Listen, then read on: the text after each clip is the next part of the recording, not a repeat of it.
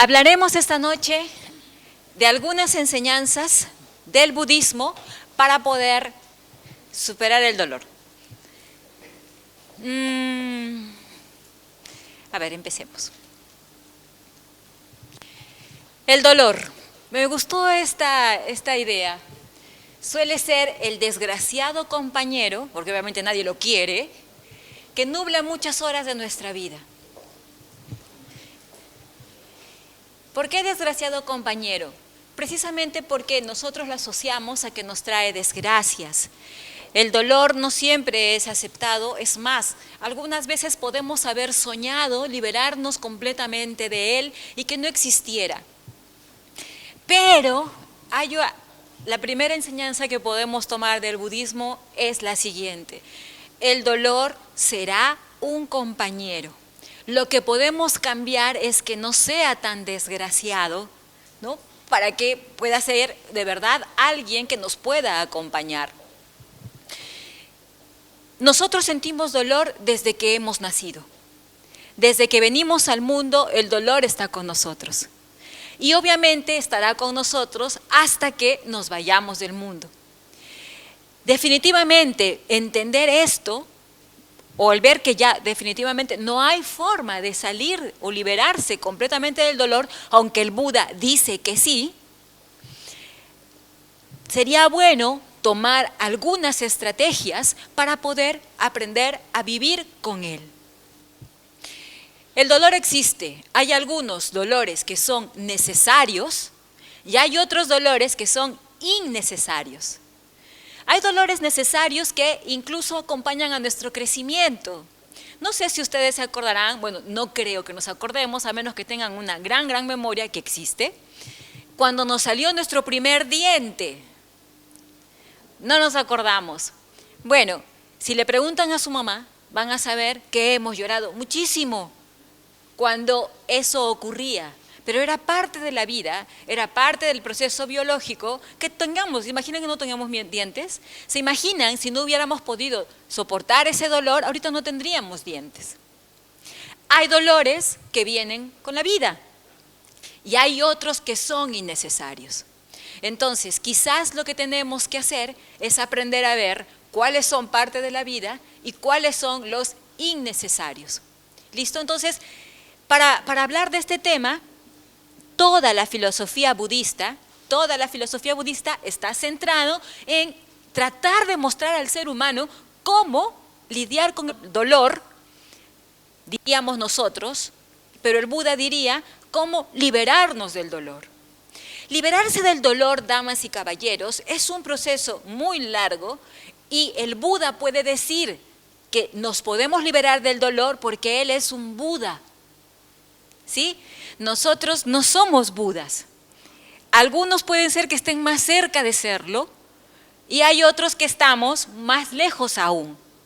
Pero entonces, como estamos en el proceso, vamos a hablar de consejos que estén más relacionados a nuestra realidad que más cercanos a un Buda. Para poder entender esto, dice, necesitaríamos comprender 4 verdades. Para poder liberarnos del dolor o entender el dolor, hay 4 cosas que tenemos que esforzarnos por comprender. Esto es de la filosofía budista. Se le llama 4 nobles verdades, pero 4 verdades para poder comprender. La primera no es muy difícil de comprender porque además todo el mundo lo ha experimentado, ya sean dolores pequeños o dolores muy grandes, que es la innegable existencia del dolor. Todos hemos sentido dolor, ¿verdad? Entonces nadie nos puede decir que no existe. Ahora ustedes me dirán, hay personas que no sienten dolor, pero ese es dolor físico, ¿no? Porque el dolor puede ser en muchos aspectos de la vida, no solo físico. Es más, el dolor físico es de los que más rápido pasan. Los dolores más difíciles de superar son precisamente aquellos que afectan a nuestra parte emocional y mental. Lo que nos afecta a la psique o los dolores psicológicos son mucho más difíciles que un golpe que te das y que obviamente eso pasa. ¿Listo? Entonces, pero el dolor existe en todos los aspectos de la vida y esto es innegable. ¿Por qué el Buda lo quiere remarcar? Porque a veces cuando estamos en una situación dolorosa, decimos, no, por favor, que no me pase esto a mí. No, es como que negamos que existe o no queremos aceptarlo, sin embargo, sabemos que existe. Es algo contradictorio, pero así somos. ¿Listo? Luego, la segunda verdad dice, hay que descubrir cuál es la causa del dolor. Todo dolor tiene una causa. Y esto es como la ley que seguramente han escuchado en alguna de las clases que también se han dictado del karma, causa, efecto. Si hay dolor es porque hay una causa. Entonces, entendamos que todo dolor tiene una causa. ¿Listo? Y la tercera dice que va a cesar el dolor cuando conozcamos la causa. ¿Sí? Este es un proceso lógico en realidad también. Si conozco la causa, hay más probabilidad que pueda hacer algo para superar el dolor. Y la última verdad dice, hay una vía que produce la cesación del dolor. Esta vía en el budismo se llama el noble óctuple sendero. 8 pasos a seguir para poder superar el dolor. ¿Listo? Seguimos. Hablemos de la primera verdad, la existencia del dolor y las causas del dolor. Para poder entender el dolor desde otra dimensión, o sea, dar otra idea que nos pueda ayudar a entenderlo, vamos a relacionar el dolor siempre con una pérdida. Cualquier pérdida nos genera dolor. La pérdida de un ser querido, la pérdida de algún bien apreciado, la pérdida de seguridad, la pérdida de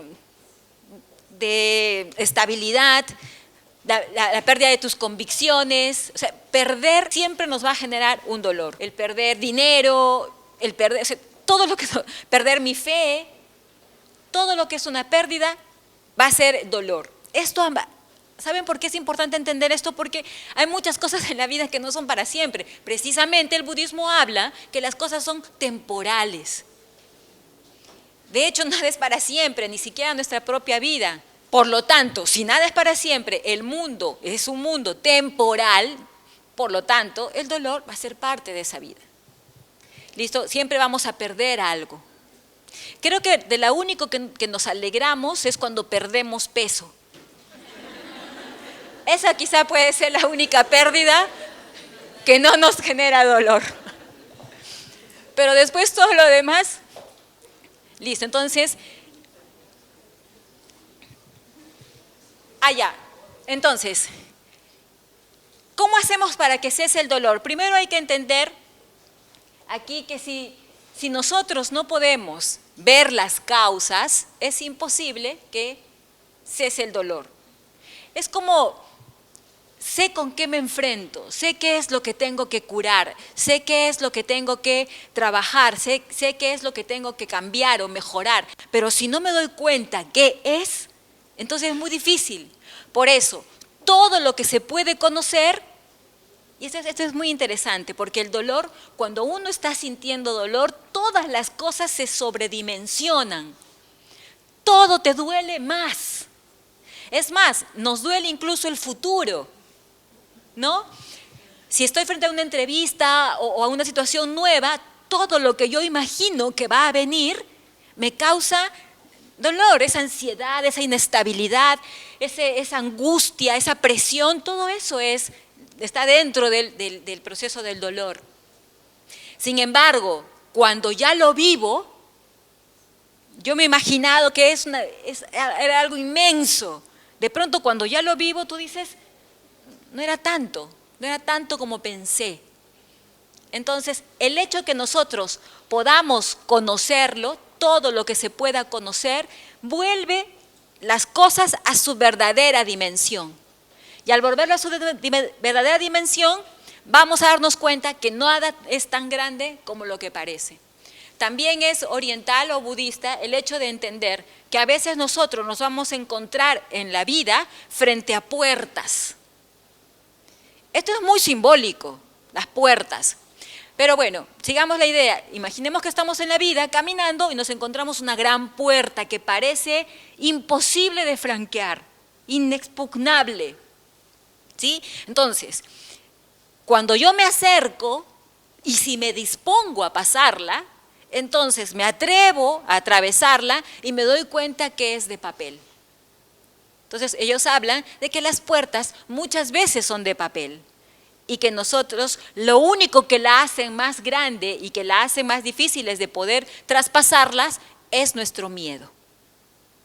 ¿Listo? Entonces, si reducimos las causas que nos producen dolor, obviamente disminuirá el dolor. ¿Ya? Voy a ir así un poquito rápido porque quiero llegar a los consejos para que sea más práctico, ¿sí? Entonces, es importante entender que el dolor no se va. Es algo que nosotros tenemos que hacer para poder alejarlo. A veces uno dice, déjalo al tiempo. El tiempo lo curará, el tiempo lo borrará, el tiempo no va a hacer nada en realidad. Lo que nosotros tenemos que hacer es aprender a cómo soltarlo, cómo dejarlo. Porque a veces nosotros hemos tenido situaciones difíciles o dolorosas que las hemos dejado enterradas en el recuerdo. O mejor dicho, ya no las recuerdo. Pero hay alguna circunstancia en mi vida presente que las activa. ¿Sí les ha pasado eso? Que algo del momento les trajo el dolor de hace 10 años atrás. ¿Y qué hacen ahora? Por eso es que hay situaciones que no podemos manejar porque las hemos dejado olvidadas, porque no hemos hecho nada para superar ese momento. Entonces, esta es una enseñanza bien potente, bien importante. El dolor no se va, hay que hacer algo para alejarlo, algo para que pase. Luego, el dolor no se olvida, lo que tenemos que hacer es transformar ese dolor en una experiencia. O sea, no se olvida, sino más bien que cuando yo lo recuerdo, ya no recuerdo la situación dolorosa, sino lo que he aprendido con ese dolor. Entonces, esa es una forma de asimilar el dolor y que se convierta en algo útil para mi vida. Entonces, no se olvida, lo que tenemos que hacer es transformarlo en algo útil, en una experiencia. ¿Listo? Lo otro, solo cuando nosotros asumimos el dolor y hacemos algo para solucionarlo, o sea, hemos visto la causa y voy a hacer algo para atender la causa, en ese momento podemos asegurar que no volveremos a cometer el mismo error. ¿Listo? Ya no volveremos a caer en las mismas causas que le dieron nacimiento. ¿Por qué? Porque he aprendido. ¿Sí? Si yo no hago este trabajo de hacer vías de resolución, o sea, asumir mi dolor, dijo ya, estoy sufriendo. ¿Qué hago para dejar de sufrir? Y ahí empiezo a buscar obviamente también se empieza a buscar en enseñanzas, hay instrucción, o sea, el dolor no es algo nuevo para la humanidad actual, esto es de mucho tiempo y hay mucha instrucción, mucha enseñanza que incluso se resume en muchos filósofos, muchos sabios han hablado de cómo trabajar el dolor. Y ya no estoy hablando solamente de un dolor psicológico, sino de verdad atenderlo como parte de la vida.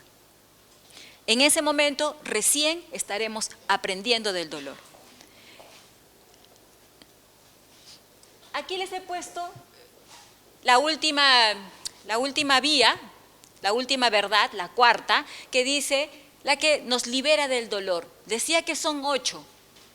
Son 8 pasos, si quieren los pueden copiar, los que tienen memoria muy rápida los pueden memorizar, pero todos están en base a la rectitud. ¿Sí? No voy a desarrollar el noble óctuple sendero porque obviamente se nos puede ir mucho tiempo. Ya salen todas las cámaras. Pero sí, en base a esto, son los consejos que vamos a dar a continuación. ¿Listo? Entonces, el budismo o las enseñanzas del Buda se basan en la rectitud, en aprender a mantener mantenernos en un camino recto, ni en exceso ni en extremo. El hecho de poder vivir siempre buscando enderezarnos, siempre buscando el bien, esta es la síntesis de esta enseñanza. Se le llama el noble óctuple sendero. ¿Listo? Porque son 8 pasos. Por eso todas empiezan con la rectitud, recta palabra, rectos medios de vida. Cuando hablamos de recta palabra, obviamente nos estamos refiriendo a lo que decimos. Cuando hablamos de rectos medios de vida, estamos hablando de la forma de lo que elijo para poder vivir. Tengo que poder encontrar medios de vida que dignifiquen al ser humano.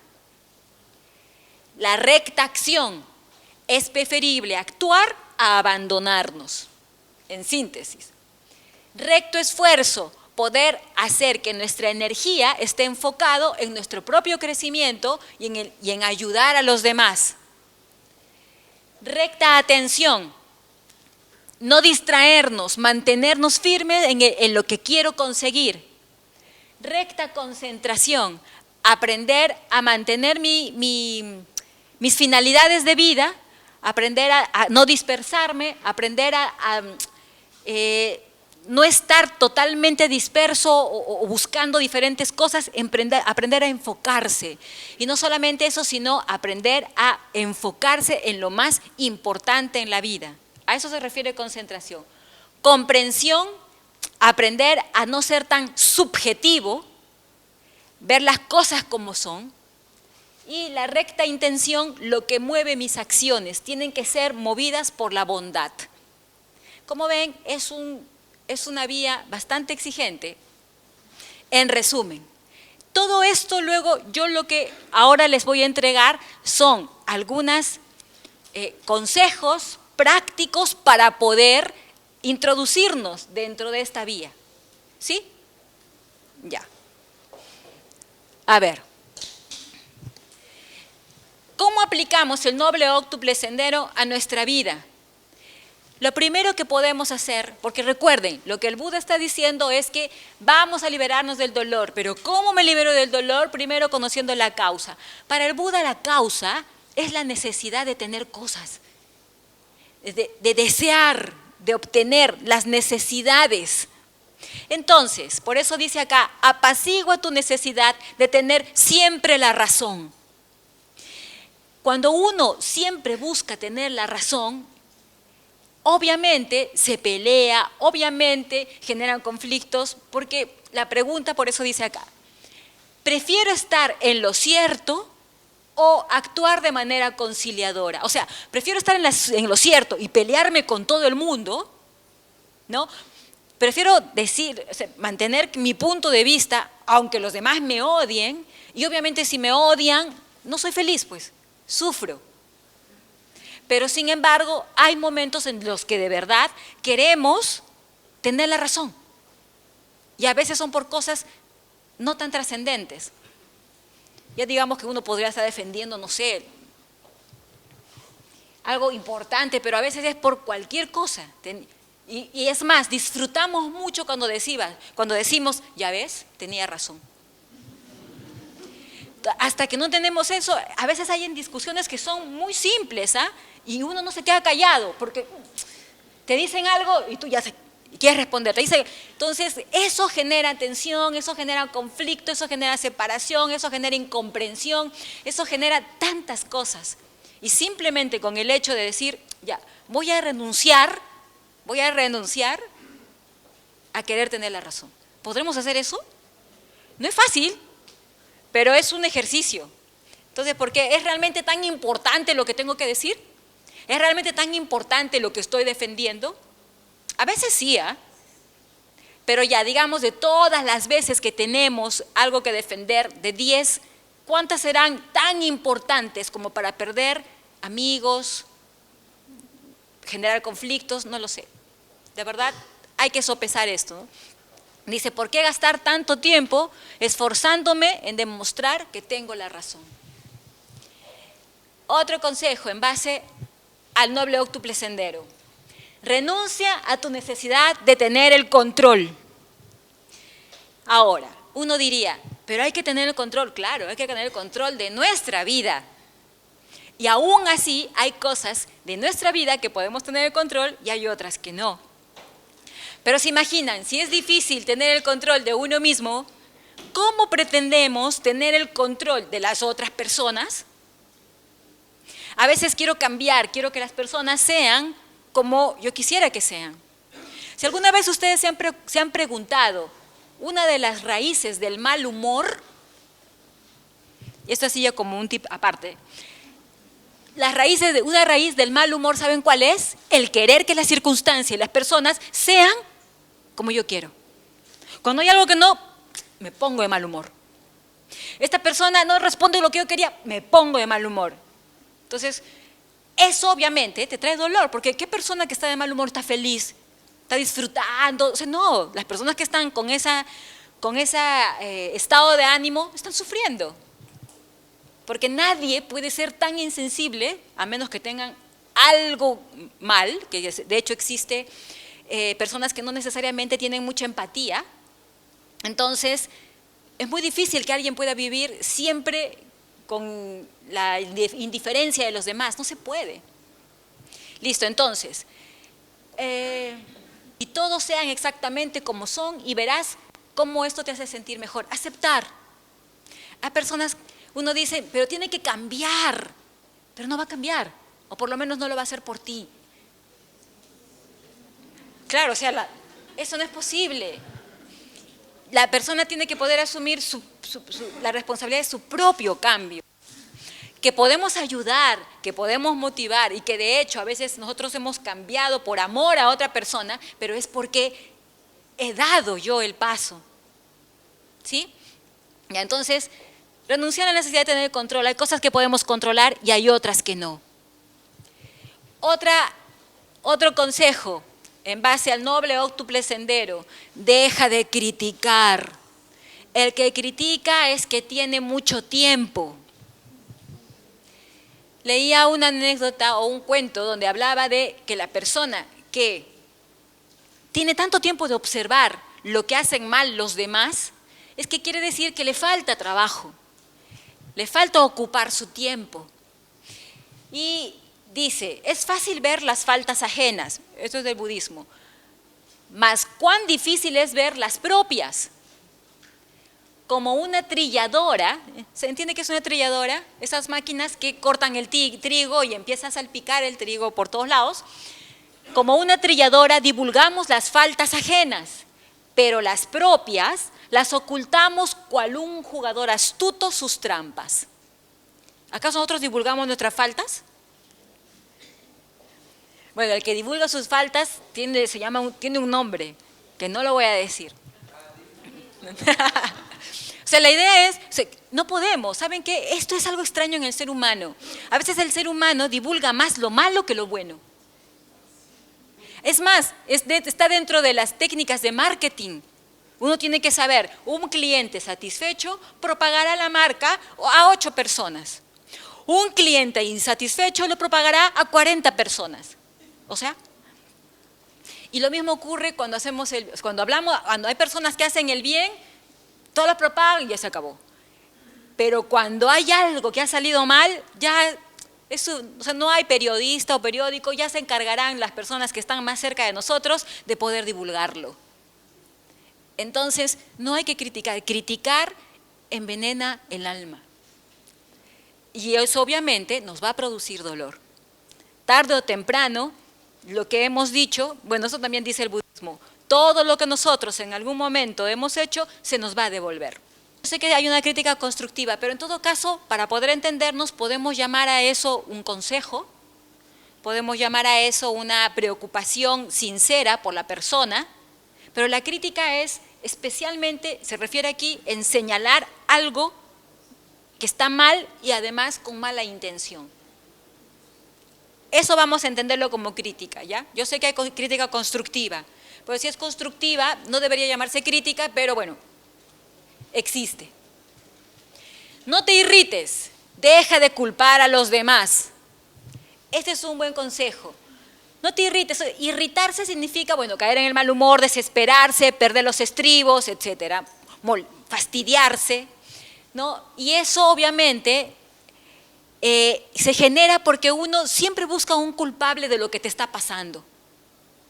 Entonces deja de buscar culpables. Como dice el budismo, uno mismo comete el mal, uno mismo cae en los excesos, por sí mismo uno se purifica. Así como haces mal, así como caes en exceso, también por ti mismo te puedes purificar. La pureza y la impureza dependen de uno mismo. Nadie puede purificar a otro. En realidad las enseñanzas budistas son muy sencillas y son ciertas. O sea, no, ¿por qué tendríamos que culpar a los demás de lo que nos está pasando? Además, si seguimos también las enseñanzas tradicionales, podemos hablar de que todo lo que nos ocurre tiene una causa. Y si todo lo que nos ocurre tiene la intención de que aprendamos, entonces habría que más bien observarlo de una forma pedagógica, que también esa es otra enseñanza. Hay que ver al dolor de una forma pedagógica. Algo tengo que aprender de él. ¿Qué más? Piensa antes de hablar. Estas son dentro de las rectas palabras, ¿no? Piensa antes de hablar. Esto seguramente lo hemos escuchado muchas veces. No discutas, no ofendas. Las rectas palabras se refieren a aquellas que ¿saben cuál es el objetivo de las rectas palabras? Que sean constructivas y útiles para los demás. Si lo que yo voy a decir va a ser bueno, entonces hay que decirlo. Si lo que yo voy a decir no es tan bueno, entonces es mejor guardar silencio. Eso también lo dice Confucio. Entonces, me he equivocado de pensamiento. Es el mismo que el anterior. Entonces, piensa antes de hablar. Eso es impulso. Eso es egocentrismo. Uno siempre quiere hablar lo que está pensando y no necesariamente se ha puesto a pensar que lo que está diciendo, qué efecto puede generar en las demás personas. Alguna vez alguien me dijo, pero si lo que se tiene que decir, si la verdad que se tiene que decir es dolorosa, pero es la verdad, la pregunta es, ¿se dice o no se dice?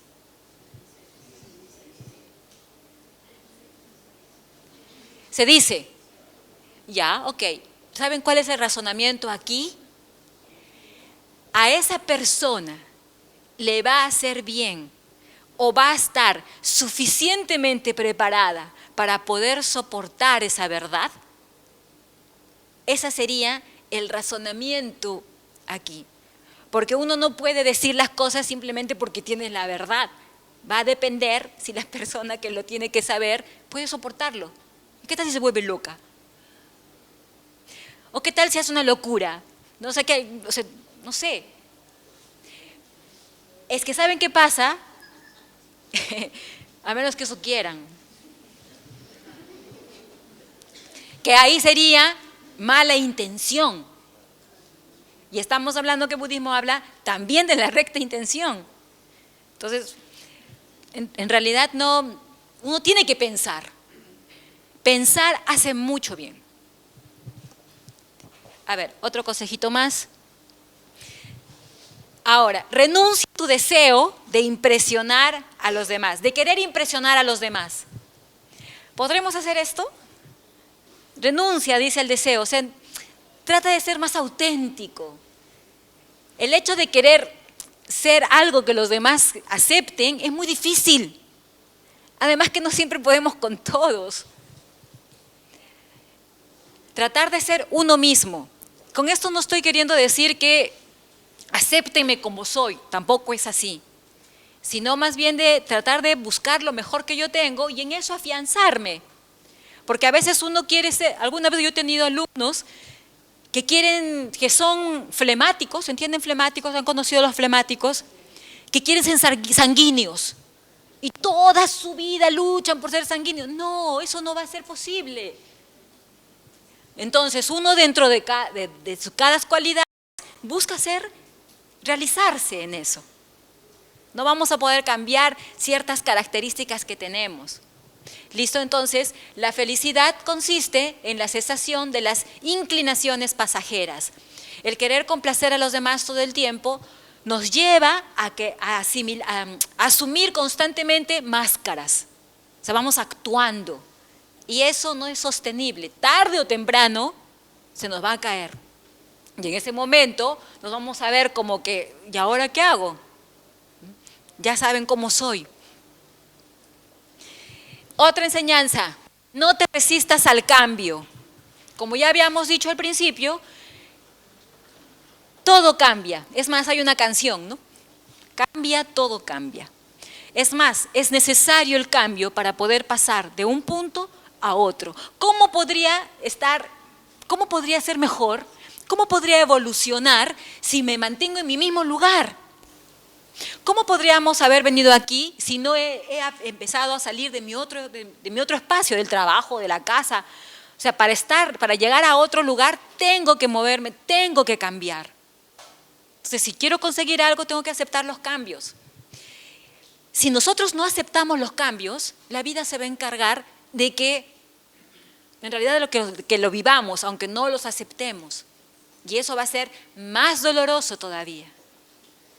Entonces, no hay que resistirnos. La idea de fluir como un río nos puede ayudar. Otra enseñanza, lo pasado es pasado. Hay que vivir en el presente. El pasado ya no va a volver. Como se suele decir, ya fue. ¿Sí? Entonces, el pasado que deseas ya no puede volver. No hay forma de poder hacer eso. Lo que sí puedes hacer es vivir tu presente, para que al menos el futuro sea mejor. Porque recuerden que el presente va a ser el pasado en un ratito. Es lo más efímero que existe.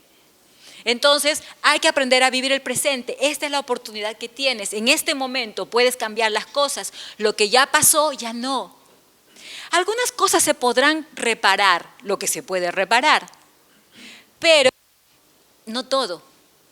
Igual no podemos trabajar en el pasado. Este consejo, agradece las oportunidades que la vida te otorga. Pienso que esto es muy importante para poder aprender a vivir un poco en paz, un poco congraciado con la vida, porque a veces vivimos un poco peleados con la vida. Peleados con la vida porque no hemos obtenido lo que queremos o de la forma que queremos. Peleados con la vida porque pensamos que merecemos más cosas, pero la pregunta sería, ¿cuánto hemos hecho para eso? O pensamos que deberíamos tener ciertas cosas, pero probablemente no es lo que necesitamos. Entonces, todo el tiempo estamos enojados, peleados, angustiados, nos levantamos ya de mal humor. O sea, no sé si les ha pasado que a veces nos despertamos y ya estamos fastidiados. No nos damos cuenta por qué. Simplemente porque ya es un hábito. Por eso esas caricaturas donde todos están en la calle serios y hay alguien que sonríe es una mancha, pues, ¿no? Algo que es diferente. Nosotros podríamos ser esas personas. Podríamos ser el que sonríe en esas imágenes. Entonces, es importante entender que todo lo que nosotros tenemos, todo lo que vivimos, puede ser asimilado, puede servirnos como aprendizaje y poder convertirlo en algo luminoso. Tenemos que hacer ese esfuerzo de reemplazar las sombras por luz.